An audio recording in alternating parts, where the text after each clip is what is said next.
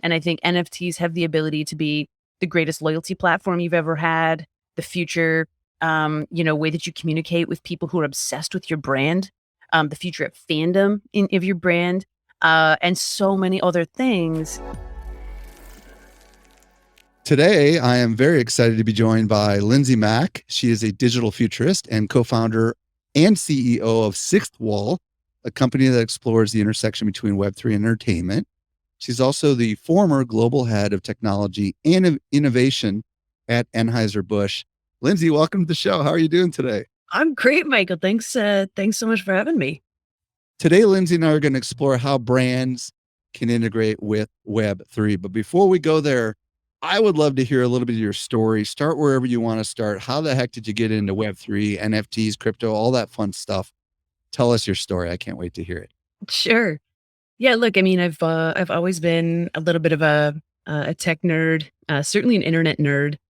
I wrote a thesis on hacktivism in university, so this goes back a long way, and sort of made some money making MySpace pages for people, in university.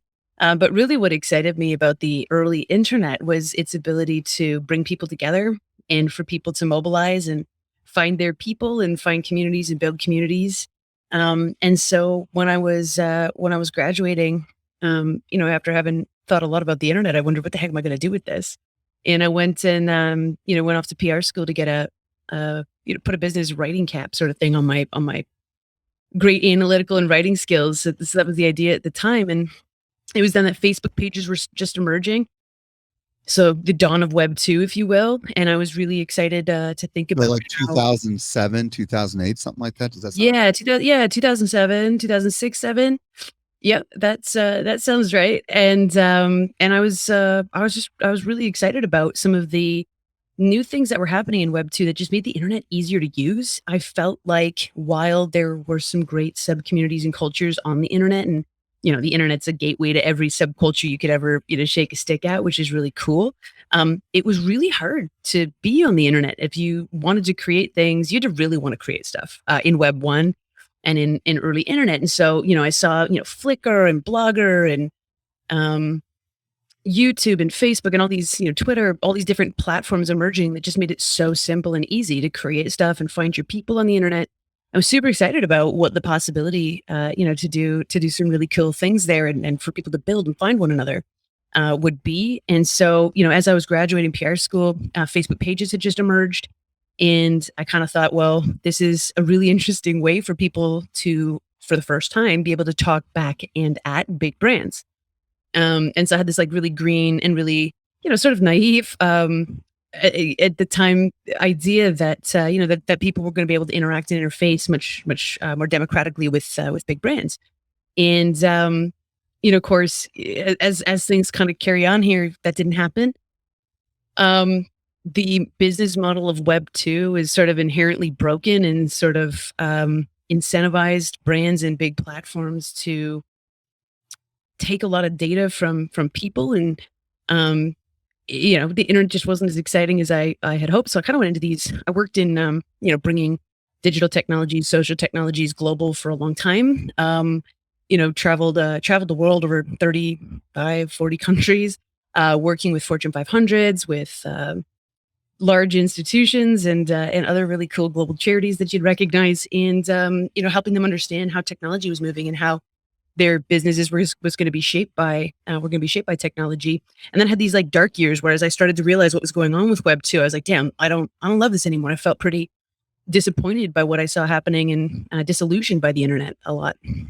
So I had, I kept doing some tech things, but started thinking a lot more about some of the some of the things I'd heard about Bitcoin and Ethereum, where I guess 2011 I was working a job and was introduced to Bitcoin, and kind of looked around the room and thought, by who I'd been introduced to it by, and thought, well, like, these just aren't my cats. I'm not sure if this is like my field, so to speak. And so I followed it along because I thought it was a really neat technology, but didn't dive in too deeply. Was curious about what was going on with Ethereum, and I kind of started to see a lot of the early ethos of crypto and Bitcoin as perhaps a solution to some of the more challenging and sort of fraught things I was experiencing in the internet.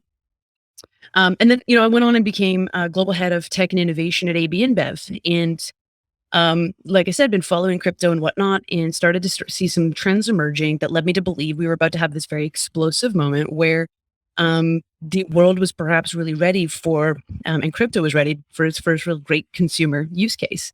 And that became really NFTs. And so, kind of rewinding 2020, I had written a thesis on Web3, Metaverse, NFTs, and crypto for brands at AB. And in early 2021, launched Stella Artois into the Metaverse with in a partnership with Zedrun, which is a crypto horse racing game where people can buy, sell, trade, and own digital horses on the internet. Which made me just scratching your head going, what the heck, where's the synergy there, which we can get into in a minute, but launched AB and Bev, and launched Stella Artois into the Metaverse. And it was, first CPG brand in the Metaverse. Still probably one of the few first beer brand in the Metaverse. And, just started having a lot of fun. In that moment, kind of met a lot of really interesting characters and people. And Mila Kunis had just launched Stoner Cats, this again 2021, which was an incredibly innovative and novel way to combine entertainment and Web3 and entertainment and NFTs. And we got connected, started chatting, and just decided that got on with her and Morgan Beller and Maria Bourgeois and Lisa Sterbakov. We decided that we wanted to go hard at Web3 and entertainment, and the rest is sort of history. So, left AB and have been looking at ways to, look at the end-to-end creation of a piece of film and television from ideation to red carpet, and looking at tiny places where we can kick over a couple dominoes, but also ways we can make really seismic shifts in the way that entertainment is created, consumed, enjoyed, and ultimately hoping to bring creators closer to people who love film and TV and vice versa. Behind you, for those that are watching, those that are listening to the podcast, behind Lindsey is a animation, which I'm assuming is the Zedrun horses, right? That you've got going on back there. That's it. So the question I've got for you then is today, bring us up to today, Sixth Wall. What is this exactly? Give us a little bit of insight into that. Yeah, sure. So look at Mila had launched Stoner Cats with Morgan Beller, Maria Bourgeois, Lisa Sterbakov, Ashton Kutcher, and really had been wildly courageous and innovative about pushing forward the way that entertainment was going to be created and the way that people could be part of that process. And so I think that gave sort of early blueprints and sort of primitives that sort of validated that entertainment indeed was going to be, an industry that was able to be shifted and played with in this new way. And so, they'd all fallen in love with the idea of merging entertainment and technology, specifically Web3. And so, we got to chatting, and there's just a whole bunch of other really interesting IP and novel ideas. Mila has a production company with Lisa Sterbakov called Orchard Farm Productions, where they typically are producing traditional film and television. And so we formed a new company called Sixth Wall to, basically look at every bit of the creation process of a piece of film and TV and figure out all these different ways where we could bring consumers closer to creators and creators closer to consumers and allow consumers to be creators, because of course, everybody is a creative in the end. So that's what we're working on now. We launched another project called The Gimmicks with Toonstar, which are a Web3 animation studio. The Gimmicks is like a WWE meets South Park animation, built it on the Solana blockchain. Just had some different theses that we wanted to test out there and some different ways of approaching things. So launched that a couple months ago. And it's been really well received as well. We're almost at episode 20, so we committed to 20 episodes up front. They're being released weekly. It's a comedy, and people who own gimmicks, which are sort of the NFTs that we gave away at the beginning of the show, can vote weekly on the outcome of the series or the show, and they influence effectively the next episode. And when they do that, so when they cast their vote, they're also issued a new token, which is called the Dick Punch, DIC. Take your mind out of the gutter. It stands for for decentralized inclusive community, and it's been really wild to see what's happened there because we've had like a lot of real world firsts where typically when people mint an NFT, they mint it. So maybe especially if they're new, they maybe mint it and they disappear from that blockchain and they don't go back to it until they want to sell that thing or until they want to buy something else. And so if you've gone through this learning process to actually mint your first token, you kind of have to go through a relearning process to sell it, to trade it, or to buy something else that you want to buy in the future. And the gap there can be, in terms of time, can be kind of long. And what's happening with the gimmicks is that people are going back every single day to vote on the gimmicks show, but also to dick punch one another. So the community are using the dick punch tokens as sort of like an upvote or a like on the blockchain, but it's an on-chain action. So it takes, quite a few seconds to actually process. People actually have to pay to process it. It's slow because it's Solana. But what's happening is that like if somebody who owns a gimmick creates a backstory, so you can connect your NFT to the website and create a backstory for your character, your gimmick. And if people, in the community like that story, what they'll do is they'll send you a bunch of dick punches. So kind of validating and upvoting and liking your backstory. Or if you do something in the community or on one of the podcasts or on a Twitter space or something like that, they're sending each other dick punches. And so right now there's a race to 1 million dick punches. Again, getting pretty close there. And, the community just having a lot of fun communicating with each other in this way. And so what we did when we saw that sort of behavior happen, we built in a messaging capability where it wasn't just like a like or a poke anymore. It was actually more like a comment where you can send your dick punch, but actually craft a message underneath it. And that message is immutable. It's on the blockchain. So it's there forever.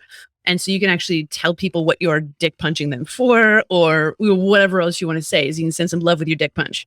In the end is what we've built. So, like a lot of really interesting primitives for how on-chain engagement can look. And something we'll probably look back at and laugh a bit, but never been done before, and people are having a lot of fun with it. Very cool. Very cool. Lindsey, one of the questions I've got for you is there's plenty of businesses and brands listening right now who are skeptical about getting involved with NFTs in the metaverse. What do you want to say? Why should they maybe consider looking into it? What's your perspective on that? Yeah, look, I caught a really, I don't know, funny post, I guess, like an attention-seeking post that seemed to catch fire a little bit on LinkedIn from some ad guy, right? Like ad agency guy being like, if you think that the future is the metaverse, it's irresponsible, blah, blah, like, and it's not going to happen. And, sort of saying it's silly and, and ridiculous. And it just reminds me of so many other eras where technology was new and novel and people who were boring and sort of invested in convention had no ability to have foresight and creativity and think about where things are going and sort of missed the boat. And so there's 4 main times where I can kind of remember in recent history-ish that this has happened. One was the internet itself, right? Brands, big companies were like, we don't need this .com. We don't need a .com. We don't need effectively virtual real estate, right? We don't need it. And then, when people realized that actually everybody needs a .com, people raced out and paid hundreds of thousands of dollars, in some cases millions of dollars for their .com of their business, because we realized that the .com, your website, was one of the most valuable pieces of real estate that you could have as a brand, right? So there was that skepticism and like, who's laughing now? There was this era in email where enterprise email, people were trying to sell enterprise email, and enterprises were like, that's ridiculous. Why would our people need emails? They have telephones and they have fax machines and they have whatever other ways they communicated, maybe carrier pigeon, I don't know. And so they try to like kick back, we don't need email. And so eventually that turned into, okay, well, we'll get one email department, we'll get one email address for the department. And so you'd have like marketing at brand, yeah. Or like, PR department at brand.com, sales guys at brand.com, whatever it was. And of course now, like, how many email addresses do you have, Michael? Like personally? A lot. Yeah. Yeah, a lot. But I've got like maybe 5, 6. And most people, I think, have 5 or 6 email addresses. So that was silly and was probably, ridiculous to be skeptical of. Another one is e-commerce, right? Where people are like, well, we've got these brick and mortar stores. Why the hell would we need e-commerce? Seems like a huge expense. What a pain in the butt. And of course, there was like lots of different parts of e-commerce that was a huge pain in the butt, right? Solving online payments, solving shipping, solving security, like lots of different parts of it weren't ready on day one for prime time. But God, e-commerce, like who has not bought something on the internet in the past 2 years, right? We've been stuck in our homes, and the only thing that has survived is for sure e-commerce did really, really well. Um, and so, that is now a whole vertical inside large companies. It's either tucked inside the marketing department or they pop it out and make it like a whole sales, vertical inside the company. And it exists as a full-time practice and discipline, and it's been an amazing thing for brands. And now here, and then the last one is social media, right? Where I remember early days, like 2007, 2008, talking to brands about social media, and they'd be like, again, this is ridiculous. Who's going to share pictures on the internet? Who's going to share videos on the internet? Who's going to tell stories and talk to their internet? It's so dumb. Great. Where are we now? Facebook's $1 trillion company. Twitter has done pretty well, I'd say. YouTube. I mean, LinkedIn, yeah. My friends who have kids, they're like 13-year-olds. They don't even watch TV anymore. It's just YouTube, right? So obviously social media works and did really well. And I think about the people right now being skeptical about the metaverse and kind of going like, well, they're probably the same folks who didn't have jobs for very long after social media became very popular and social, departments existed. And then, now it's just embedded in marketing. And I think that's a really important thing for people to understand about where things are going to go, right? The metaverse is not fully formed. Web3 is not fully formed. It is nascent, it's early. And so that means that just like e-commerce, it doesn't look today how e-commerce did 10 or 15 years ago, right? You need to give time, technologies some time to percolate, some technologies to sort of evolve around one another. But the primitives and the blueprints are there. It's happening. And, there's just too many signs. I think for brands, especially of the signs, is that Facebook is taking it so seriously, they rebranded themselves to Meta.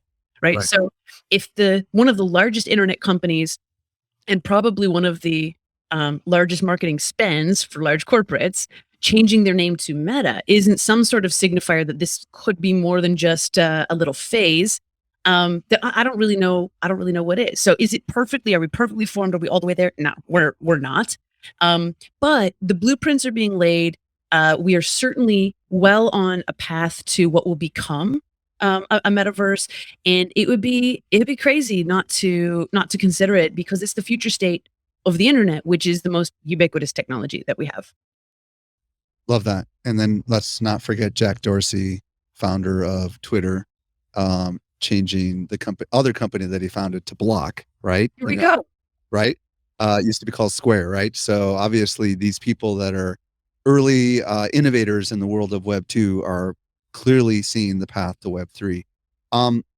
There's a lot of marketers right now who are like, okay, metaverse, NFTs, this Web 3 umbrella sounds confusing and complicated. Where do we start? Like, what do they need to be thinking about? Like, I would imagine you're talking to brands all the time that are curious but have no idea what in the world they ought to be grappling with or what they need to be thinking about before they jump into this quote unquote new world. So what do you want to say to people about how they need to think before look, it is I think the most important thing is to come at this with curiosity and an open mind.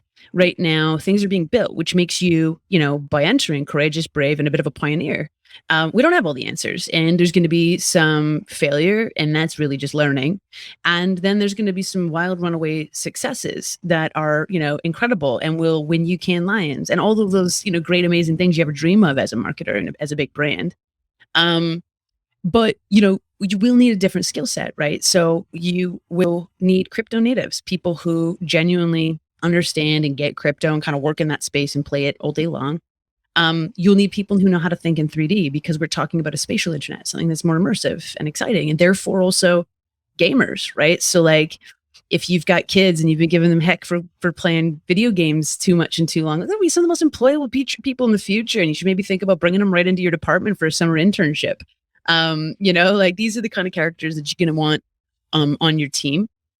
And then the other part of me, I think, would sort of say that, while so much of this sounds like it could be intimidating and scary and new, It's also super exciting and requires some of your steady hand as an old hat marketer and somebody who's been at a brand a long time. So, if we think that the metaverse will parallel reality, then so much of what you practice as a marketer today will also be paralleled in that world. And so the metaverse is the future of sponsorships, advertisements, um, licensing, direct to consumer, e-commerce, experiential, all of these things that, marketers know really well. And so I think, kind of like when social media first emerged, it was an opportunity for older marketers who were open-minded to partner and with young people who understood community on the internet and understood social.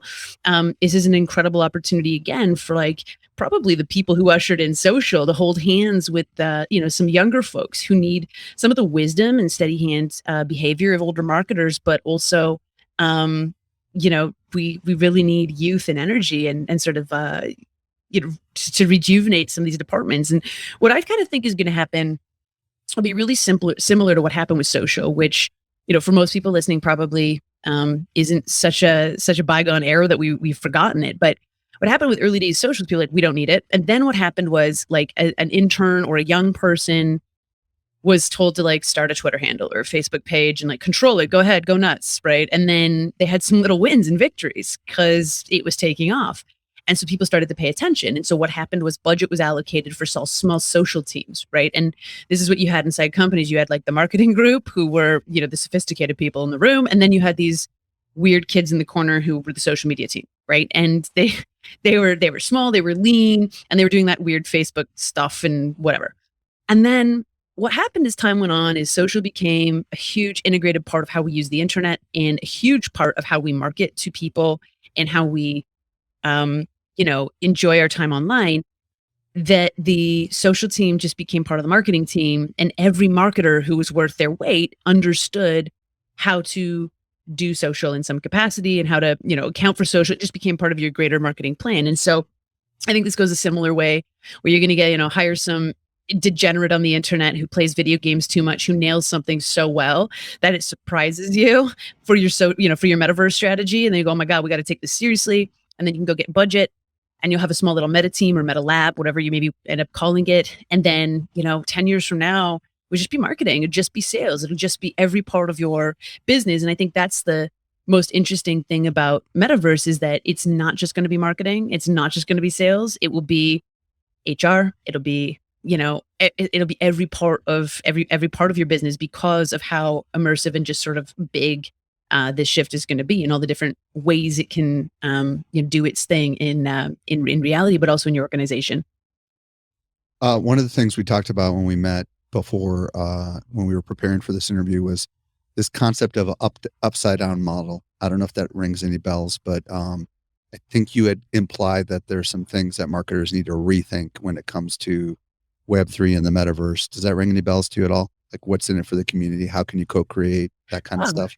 Yeah, I think, there's completely, so, in addition to all of these things, like, who you bring in and all these skill sets and whatnot, um, you know, there's a whole new set of ethos and values, being applied in the Web3 era, right? I think there's a lot of, I think consumers, people, internet users are skeptical about a lot of what's gone on in the past number of years with technology. They're frustrated.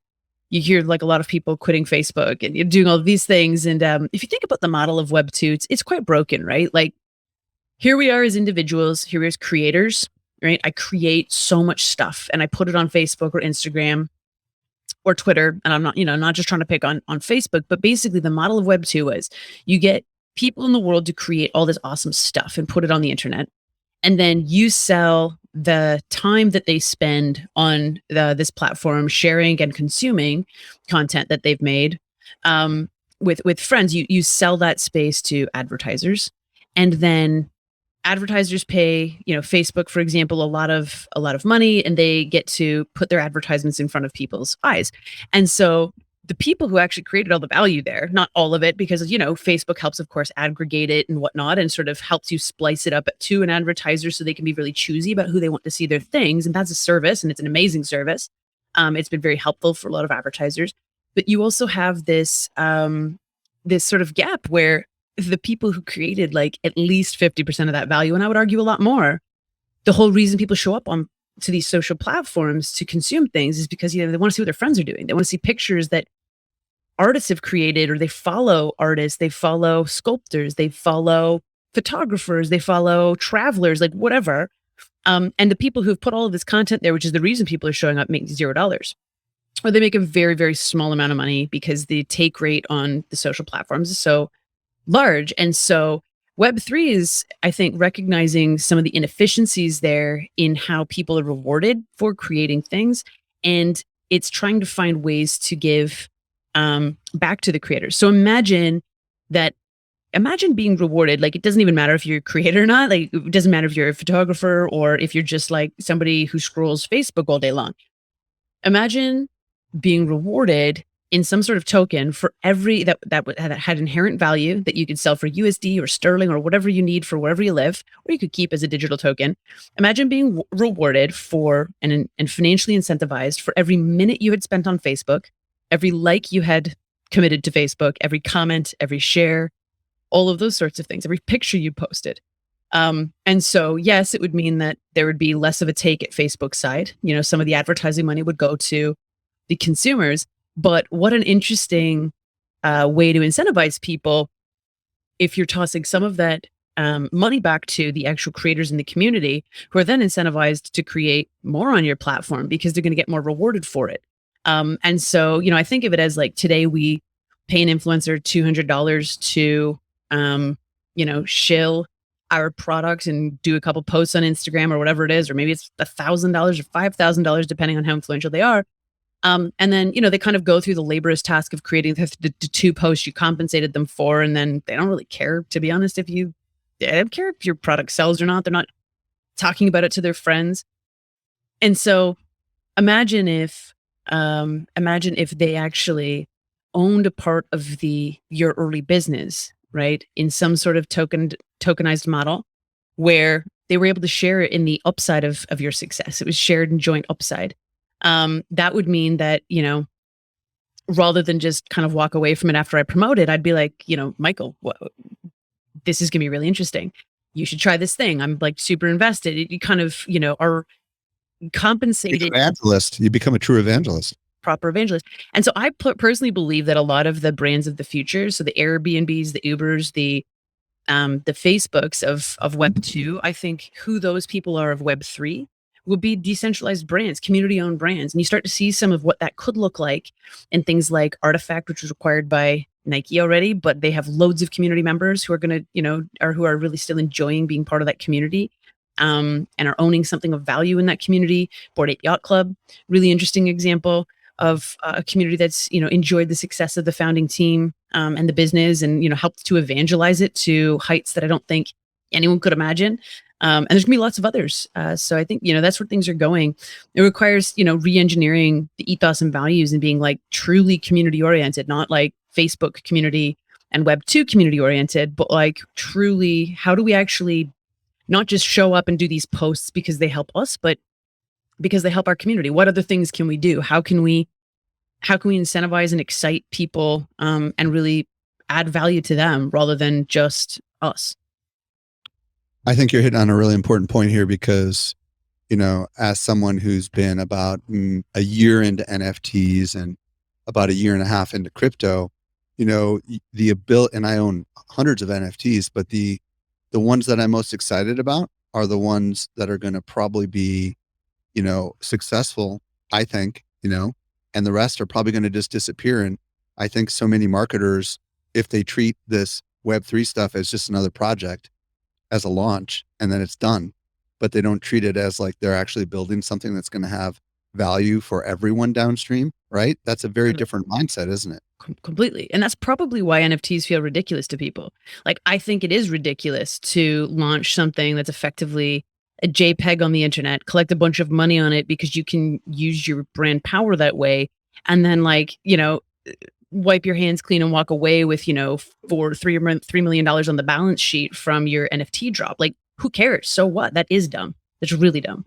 And people shouldn't buy those kinds of things, and they shouldn't be sold those kinds of things, right? And I think NFTs have the ability to be the greatest loyalty platform you've ever had, the future way that you communicate with people who are obsessed with your brand, the future of fandom of your brand, and so many other things. You just need to be able to like have a very long term game plan with them. And that's sort of how I've talked to a lot of big brands. Like, just because you can launch an NFT doesn't mean you should. It's the launch of the NFT is really just the beginning, not the end. And so it feels like the end because getting one out there is not that simple. And like there's a lot of steps and a lot of learning curves if it's your first time launching one. But it is truly just the beginning. And really, the NFT projects and the digital assets that are launched that have a much longer view of things will be the ones that are much more successful, at least the way sort of the NFT ecosystem looks today. Okay, I want to get back to Zed Run, which is that horse racing NFT project that you did with Stella Artois. I don't even know how to say the whole Artois. Artois. Yeah, there you go. It's French or something, right? Or is it Italian? I don't know. Tell us a little bit about that project. Like break it down. Like what did you do? What happened? And how did you measure it? Talk to us. Yeah, sure. So it was in 2020. I'd written this thesis on Web3, Metaverse, NFTs, and crypto for brands. And part of that thesis was that brands will do well in Metaverse who parallel what they do well in reality. So like if you're not an artist, right? Like, because people can be very inclined to just like jump into art. But if you're not an art brand, and that's just not what you do well in reality, it's not what your people expect of you, your fans expect of you, then like, why are you going to just jump in and be an artist? It's crazy. And so if you abstract away from Anheuser-Busch InBev, if you abstract away the beer business, what ABI, in my opinion, does very well is bring people together to be entertained. They're one of the largest sponsors of sport, media, and entertainment in the world.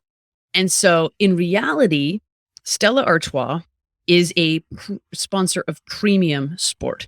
They sponsor things like Wimbledon, a very exclusive horse race in reality that's very premium. And so when I started looking, at the landscape of different places we could play well, there was Zed Run, which was certainly one of the most premium sporting experiences in the metaverse.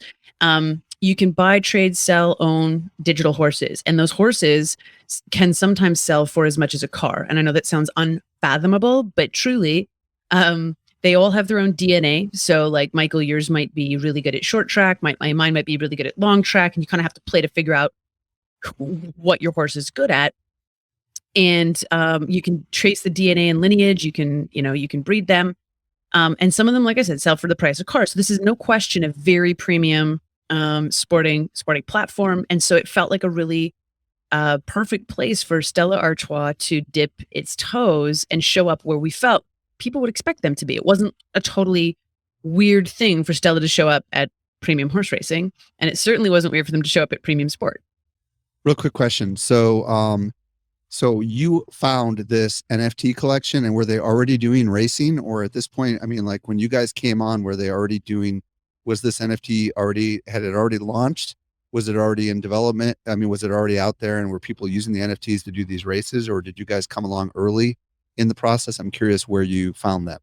Yeah, look, Zed Run has had an amazing bunch of success. They had a great community around them. And that was one of the first questions we asked ourselves was, I wanted to make sure that we weren't doing this just because we could, because we were Stella Artois, because, people were willing to talk to us and willing to like explore, with us what things could look like. I wanted to do them because it was the right thing to do for the Zed Run community, who had spent a lot of time building up that brand, building up the community, building up the game. And so, we Zed Run had loads of success in their own right. And they still do. Great group, great community around them. And that was one of the most pleasurable things about partnering and working together. They had already released a bunch of horse NFTs, and they had done one other partnership previously, exploring how things could look. They had a big vision. They still have a big vision on what the future could look like of Zed Run with brands. And if you think about what it's like to go to a horse race, that was the Zed Run vision. They wanted to replicate that in metaverse and digital worlds, but just make owning and racing a horse more accessible than it is in reality, because it's pretty expensive to buy a horse. So Yeah, we have a racetrack here in San Diego, so I know exactly. It's very poshy, you know. yeah, and it's a lot of upkeep, a lot of effort. So they wanted to give folks a place to play here. So yeah, it was already existing. We came in and we put together 50 bundles of digital horses that had a commemorative art piece with them and a Stella Artois skin. So like a jersey that the horses could wear in the game. So it was a bundle of 3 assets, and we auctioned those off over 5 days for folks, so people could they could customize their horse and race down the track in a Stella Artois skin. We also created, in partnership with Zed, we replicated, so in two-dimensional worlds, we had been building this campaign called Life Artois for a number of years, which was like a creamy dreamscape sort of world that was supposed to give the idea of, like, drinking a delightful beer in the Côte d'Azur and like a very relaxing sort of feel. And so we created a track in Zed Run that people could race their horses down that completely captured the Life Artois for the first time in 3D. And people could fully immerse themselves in the Life Artois for the very first time. So in addition to these NFT pieces, we actually allowed people to race in the Life Artois. And that was a heck of a lot of fun as well.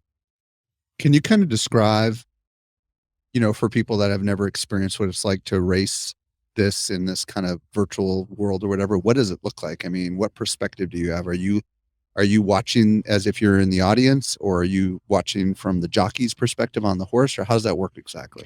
Yeah, there's a couple different views you can take of the horses racing down the track. So kind of depends on where you like to watch from. But the important thing about horse racing is you got to know who crossed the finish line first. So Right. You want to be able to see more than just your own horse as well. Right. Okay. So you guys partnered with Zed Run to do this, and people could obviously buy and trade the assets that you partner with them on. How did you, as a brand, determine whether or not, quote unquote, this partnership was good, was smart? Like what? Yeah. How did you measure success? Yeah, well, look, I wasn't looking for huge success when we originally started this. I think, it was so early. There had not been too many other movers at this point. We really wanted to do is like prove out some of the thoughts and ideas in that thesis. So, naively, I believed I was launching this partnership in a tiny corner of the internet where I could gain some data to validate and prove out this thesis that I had about where brands could play well and why it was going to be so interesting. And it absolutely exploded. So the success criteria was like, just genuinely, does this work or not? Could we be well received by crypto people? It's a totally new community for us. Is it a good fit? So again, was the thesis correct around premium sport and reality, premium sport and metaverse? Do you have to adapt that kind of thing? And it just exploded. Like, it absolutely exploded. We got hundreds of millions of media impressions within the first couple of weeks. So so tell me what that means. You mean like online media was talking all about how Online, offline, like, I mean, shake a stick, name a journalist or name a publication that a brand would want to be in, and we were there. And that was not planned. You didn't have your PR team like do anything. It just somehow naturally, organically happened. Is it because the community started talking about it? Or Yeah, I mean, look, we'd released a press release, because I think one of the crazy things about these things is when you're working in a space that's cutting edge and new, like, you always have this concern that no matter how good you think your idea is and how strongly convicted you are in your thesis, there's always this worry that you're going to launch into crickets, right? And like, nobody's going to be there. No one's going to care. No one's going to show up. So no, we'd like release this press release, but we didn't think that, I didn't think that it was going to explode the way it did. It sure did. And I think really more importantly to me is that the crypto press really liked it, right? It was seen as this moment where a big Fortune 500 brand was taking crypto, metaverse, NFTs, Web3 really seriously, putting the space on the map, being gutsy,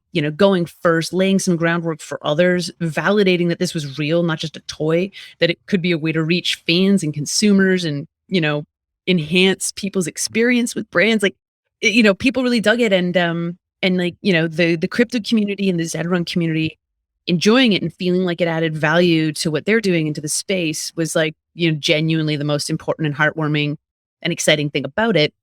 But then of course, lots of other folks in traditional went, holy, that's interesting too, because it hadn't been done before. And, people could see quite evidently that this is where it's going. Fascinating. Speaking about where it's going, I would love you to kind of like look into the future, if you can, a couple of years, and imagine, where do you see it all going? I mean, like, where do you hope it's going to go? You look at things that a lot of people listening don't look at. So where do you see this whole space heading? Yeah, I think, look, uh, whether people believe it or not, we are moving to a new phase of the internet that is more seismic than the shift to mobile.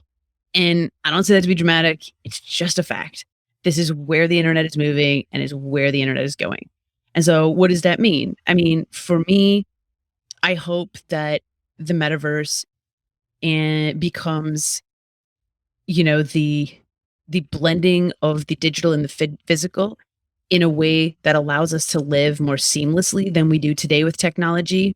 And what I mean by that is today, if you're on a hike, and you need to know where you need to turn, you got to pull your phone out of your pocket, you got to put your face in it and, be distracted and taken right out of a moment. That sucks. It's a horrible way to work with one of the most magical devices that we've ever had in our history. And so my hope for metaverse is that it allows us to enjoy a more spatial and immersive internet in a way that's more seamless than the one we have today, that allows us to have technology be a value add rather than an additive thing to our life, rather than like a distracting thing in our life, which is sort of where I feel technology's taken us in a lot of ways today. And it's not all bad. Like, I love tech and I love my phone and I love, my tablet and, all these things, but there's no question I think it can be more seamless. So that's like my hope for where it goes. I think my caution points are that, a lot of one of the questions I get the most is doesn't metaverse come from dystopian fiction? And like, yeah, it does. And we are living in a really crazy time that's not too far from dystopia in a lot of ways. We're in the middle of a pandemic, huge disparity between the rich and the poor, very politically divided. I'm in the UK today. We've got 41.5-degree weather. That's Celsius. That's like 106 degrees Fahrenheit. That's just unbelievable for this country. We don't get that kind of weather. There's no air conditioning. There's fires. There's fires in Europe. There's forest fires in the US. We're in the middle of a climate crisis. And so the metaverse in science fiction is often written about as a place to escape reality, to, because the real world sucks. And the real world's the most precious thing we've got. Like, this planet is amazing. There's so many cool things about it. And brands and big companies have more power and also therefore more responsibility than any of us to make sure that we're being really conscious about how we're building this thing, about who's collecting the data, about who's owning things, about the natural resources it takes to get there, and how distracting it is, whether it is truly value add versus just terrible, and I want to build a metaverse that we choose to escape to and makes our lives better, and not one that we have to escape to because we neglected so badly our physical reality, that it's, completely on fire and a horrible place to be. And I think, we are at a really critical time to be looking at that and looking at ourselves as corporate, and our corporate responsibility to just make sure that we're making some strong and really bold choices that are going to be hard to make, but incredibly important. Lindsey, this has been really very helpful. If people want to discover more about you, do you have a favorite social platform? And also, what website, if any, do you want to send everybody to if they want to learn more about you? Yeah, look, my favorite social platform is no question Twitter. I have a horrible last name that I locked in as my Twitter handle, over a decade ago. It's the McInerney. And so, I don't know, look that one up because, Yeah, we'll spell it for everybody who's listening. McinerneY. And by the way, I just realized as we were talking that that's your last name and it's not Mac. I mean, Lindsey Mac is how everybody refers to you, but your real name is Lindsey McInerney. Is that correct? Yeah, Lindsey McInerney, like Bert and Ernie, but McInerney, and it's a heck of a one to pronounce. So it just was shortened a long time ago to Lindsey Mac. So Twitter, and I have we announced a couple weeks ago the launch of Armored Kingdom, which is a sci-fi fantasy universe that's beginning with digital comic books on the blockchain, and armoredkingdom.com, spelt the American way, so no U in the armored for the Canadians and UK folk listening. Armoredkingdom.com is where you can go to collect the first comic books in the series and unlock and understand the lore of the Armored Kingdom before we release a crypto-based card game later this year. Armor or Armored Kingdom? Armoredkingdom.com. And then if people want to check out the Sixth Wall, what's the URL on that? We've been focusing so hard on our projects. We've not built the .com for that one. But if you're curious about Sixth Wall, get at me on LinkedIn or Twitter. Happy to share what we're learning. Happy to share what we're doing, and would be really excited for anyone to join us in our journey and be part of the process. Lindsey Mac, thank you so much for answering all my questions and sharing your time with us today. I really appreciate it. Michael, thanks for having me. I've been following you for a long time in the space. This is great.